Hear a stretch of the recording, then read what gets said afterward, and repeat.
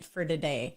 You're the leader of your company. You've got a ton on your plate and you're starting to feel overwhelmed with everything that needs your attention.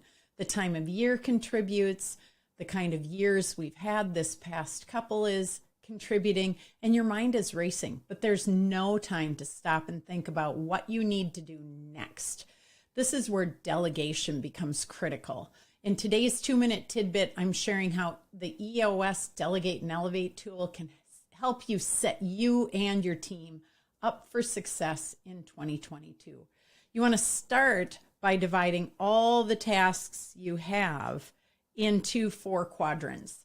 Things you love and are great at, things you like and are good at, things you don't like but happen to be good at, and things that you don't like and in fact are not good at. And when you do that, you now dump your brain. All the things you're doing any given day, get them in one of these categories and you start to list them out, finding out that many of us have way too many in this bottom 2 quadrants. Your job is to delegate as many of those as you can, as possible, as fast as possible, at least 1 a quarter. That is the long-term idea with this. What surprises you? What did you expect? What didn't? Did you include things like meetings, Zoom, running meetings, doing performance reviews, getting your groceries, gas? You can do your personal things on here as well. But if we're just talking about work, really keep this in the category of things that you love and are great at. There should be a few of those. Things you like and are good at, there's probably quite a few more of those. And the things you don't like but happen to be good at and don't like and are not good at, you tend to procrastinate. So doing this, you have to then ask yourself, who can I delegate this to? Because if who is an option, I want to find someone who loves it and is great at it, so that when I'm ditching this difficult thing that I don't really enjoy, that I don't get a lot of juice out of, I'm giving it to someone who thinks it's one of the best things in the whole world that they could be doing. Secondarily, it could be someone who likes it and is good at it, because you're getting rid of an anchor and they're getting a gift.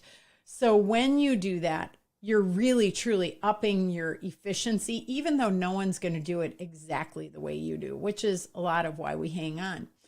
Also, when we're busy doing things, no one else can help. No one else can get it done. We like to say, when your ass is in their seat, they can't sit down.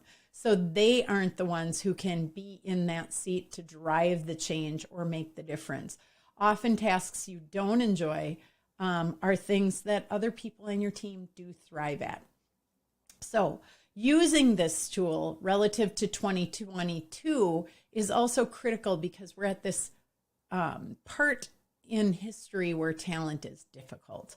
So I will also say delegation can look like automation. It can look like outsourcing. It can look like moving to an online resource. It could be letting it go, meaning you no longer really need to do that because your business has moved on or your processes have changed. But looking at other ways to delegate, if it's not to a who, there are many ways. But deciding what's really in your highest and best use is where the elevation comes. The delegation is about letting go and moving on, because frankly, that's what your time is worth. You need to be doing your highest and best use. And the more people that are doing that, the better you're going to get. This creates a win for everyone. So using this tool on a quarterly basis, having a clarity break, really digging deep.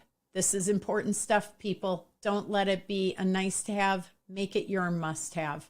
That's your 2-minute tidbit for today. It's a little longer. Make today great.